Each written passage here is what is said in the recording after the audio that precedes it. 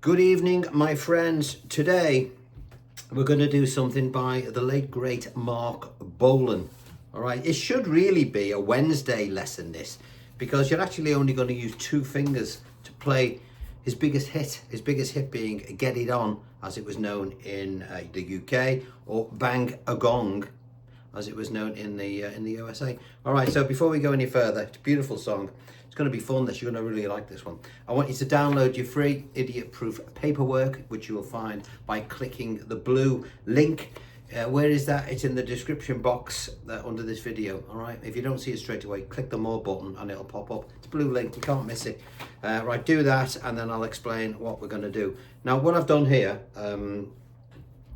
Two fingers. I mean, honestly, while you're downloading it, I've actually go into YouTube and I've put Get It On, Bang a Gong, isolated drums, and you get this. Watch.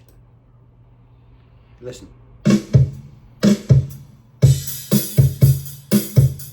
Now, I don't know whether that's Bill Legend, the drummer, playing that, or whether it's somebody else has done it. But it's cool because it helps me to show you what I'm going to show. You. So,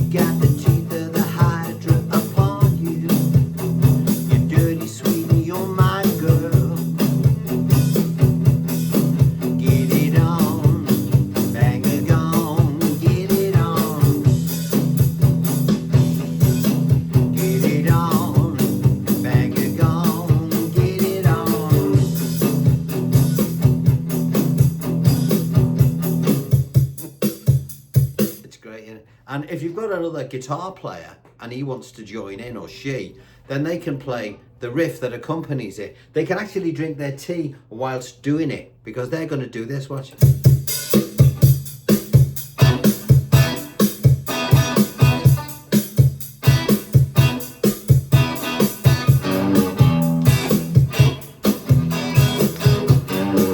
And now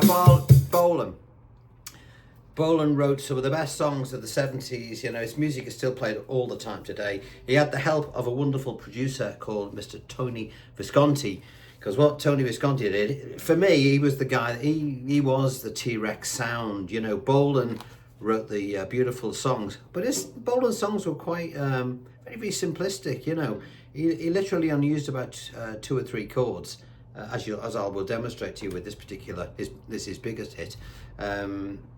You know, so you don't need much, but you do need a good producer, because if you've got minimal song, you need to be able to bring it out dynamically, sound wise, to keep it interesting, and that's where Tony Visconti played a huge role in the whole of the T-Rex story. You know, a wonderful producer, Mr. Visconti. Right, before we go any further, I want to thank you all for your donations to my little channel. It's all free, as you know. If you want to donate, you can buy us a cup of tea by clicking the thanks button, which is at the bottom of the video. I think it's got I don't know how these things work.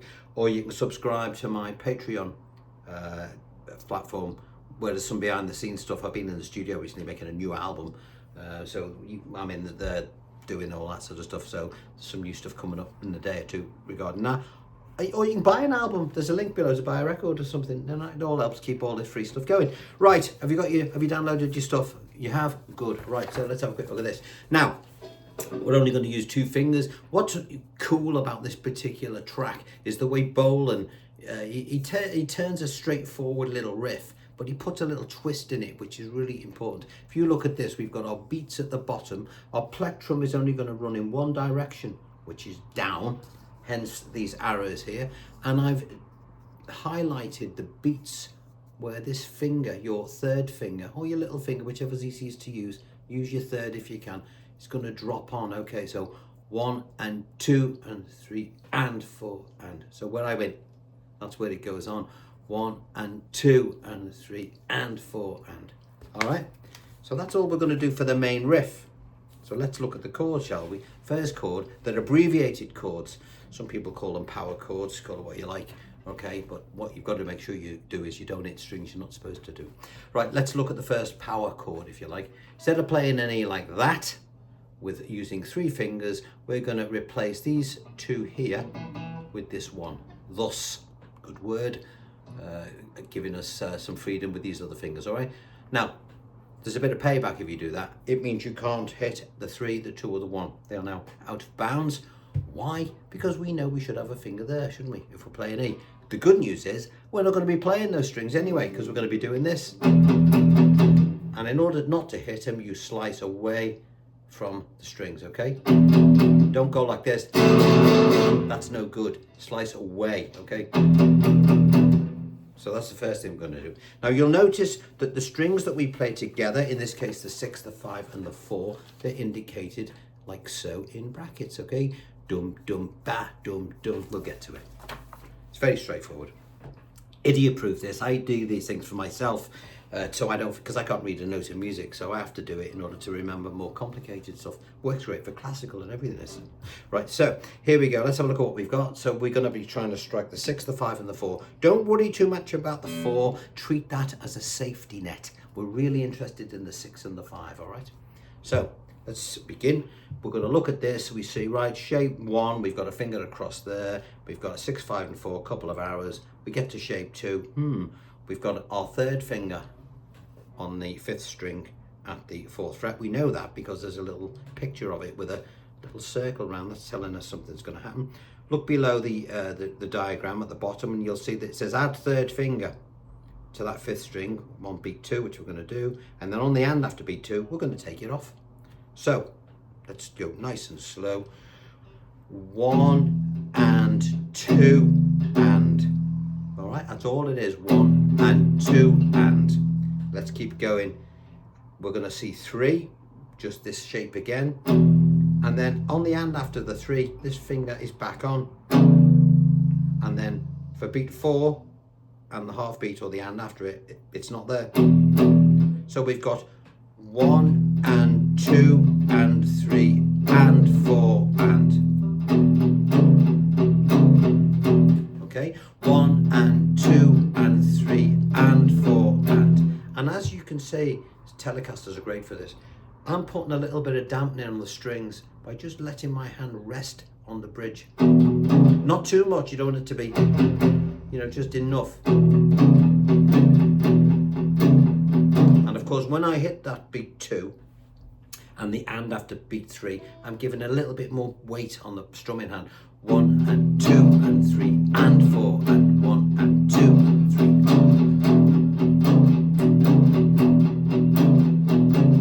So that's our riff, all right? Are we happy with that? So page 1 is done. We know what the riff is.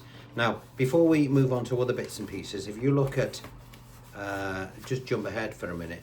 If you look onto page 3 and 4 and all that, the whole song is laid out here, okay? So everything we're going to talk about now, this is the main document. Once we know what we're doing riff-wise, when you see riff, you're going to know what to play, or E and A. So let's look at our chord shapes. If you go to page 2, you'll see that our verses are E, A, blah, blah, blah. I will demonstrate now. We know that we're going to play the E like this. If it doesn't have the word riff next to it, you will just do this. 1 and 2 and 3 and 4 and. You won't do any finger work with number 3, okay? When you drop to your chord A, you will take the same finger, you will drop it by 1 string. Your plec now, which is currently coming down from the 6th string, will come down from the 5th string, because A is your root note, and that is the root note right there, okay? What are we going to do? We will do 1 and 2 and 3 and 4 and, okay? Each chord shape represents 1 bar, 1 and 2 and 3 and 4 and. So, if we look at this, we've got an E, we've got an A, and then we've got an E, with a riff, so we'll put the riff there, and then an A again. Let's play that top line, see what we got.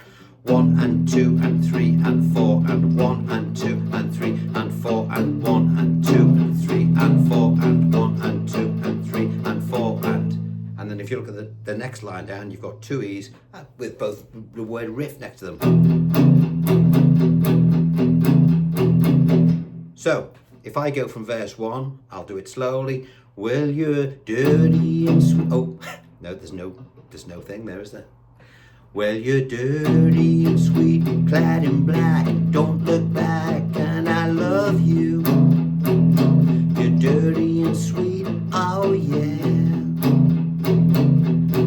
And again, when you're slim and you're weak, you got the teeth of the Hydra upon you.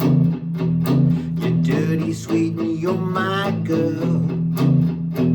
Chorus, get it? Now, we're not going to be playing the whole chord, we're going to be keeping on those bass notes. So if you're already there on the E, if you just take your second finger and just put it on the bass note there at the 3rd fret, and as long as you don't play it, as long as you don't play that first string, we're safe. Get it on, banger, 1 bar, 1 and 2 and 3 and 4, and drop to your A for the next chord.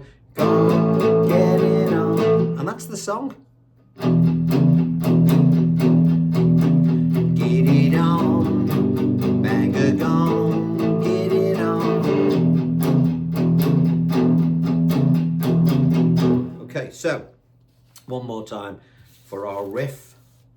Okay, we're going to go 1 and 2 and 3 and 4 and 1 and 2. Make sure you don't leave that finger on. It's really important that you get it off. Okay, get it off. Okay, 1 and 2 and 3 and 4 and 1 and 2 and 3 and 4 and. Can you see from this angle? Where are we? Let's get a good view of it. So you see this hand. 1 and 2 and 3 and 4 and 1 and 2 and 3 and 4. I'm not going anywhere near the top strings. A.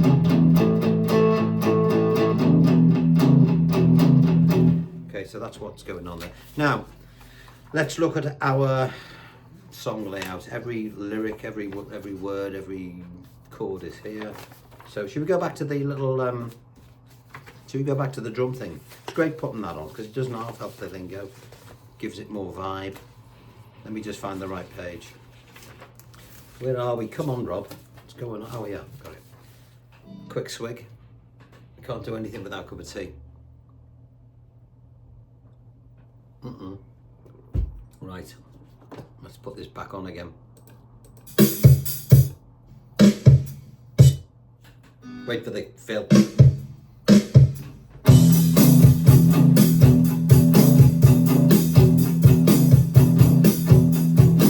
When you're dirty and sweet, clad in black, don't look back, and I love you.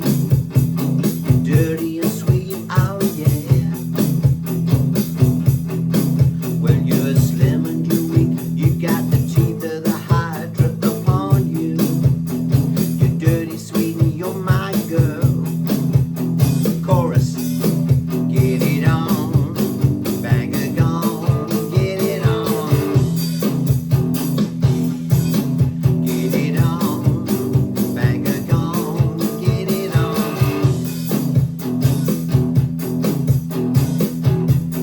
Next verse.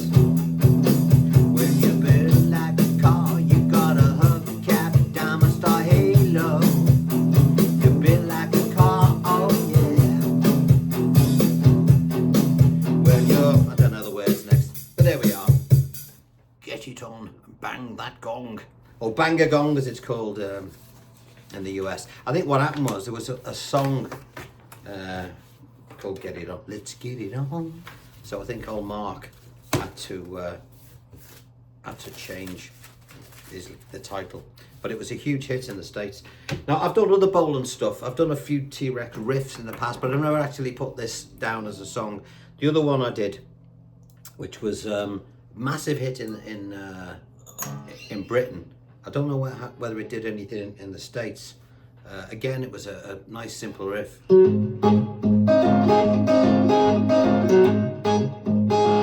Ride a White Swan. That's a great one. He also did, using the same technique, again with the same 3 chords, he did stuff like, you know, he used A, D and E. Yeah, let me just say, I'm gonna put Jeepster isolated drums. Let's see what happens. Just bear with me, because this, you know, this is good for you to do. Jeepster. isolated drums. Let's see what happens. Or drums only, it might come up as. Let's see what happens. Yeah, here we go. Jeepster, isolated drums. Never heard of you.